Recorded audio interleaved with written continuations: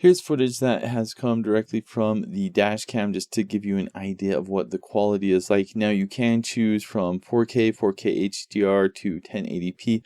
I recorded in 2.5K and then rendered this video in 1080p. This has two cameras, your front camera and your rear camera. And one of the things that makes this unique compared to other dash cams that I have tried is on the back there's not really any navigation for doing anything on the dash cam.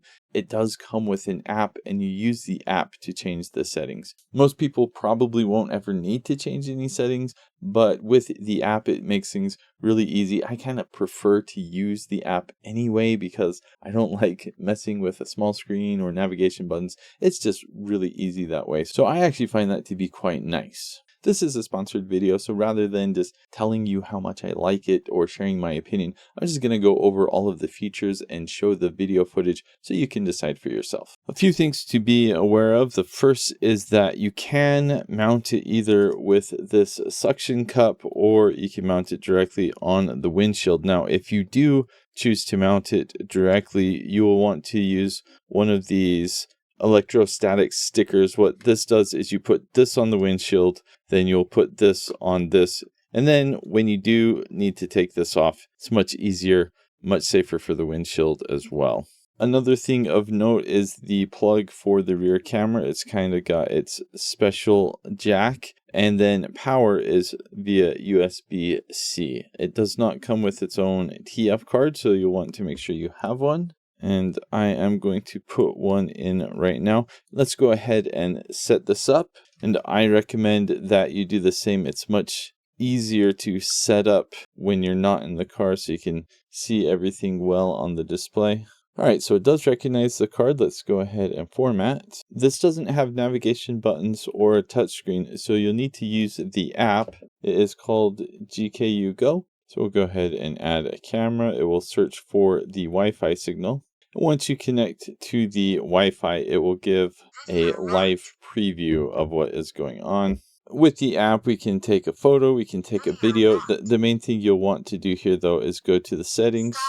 I won't go through every setting one by one, but I will point out a few things that might be of note. For example, voice control might be very useful. So you can say things like take a picture or show rear camera, and it will do those things with voice control.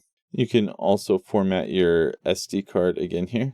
The main setting you might want to change is with the video resolution. By default, it is 4K. You also have 4K HDR. And with this, you kind of need to choose if you want the higher resolution and don't fit as many files on the card, or if you'd rather just keep more files on the card and go to 1080p. But I'll go a bit in between at 2.5K.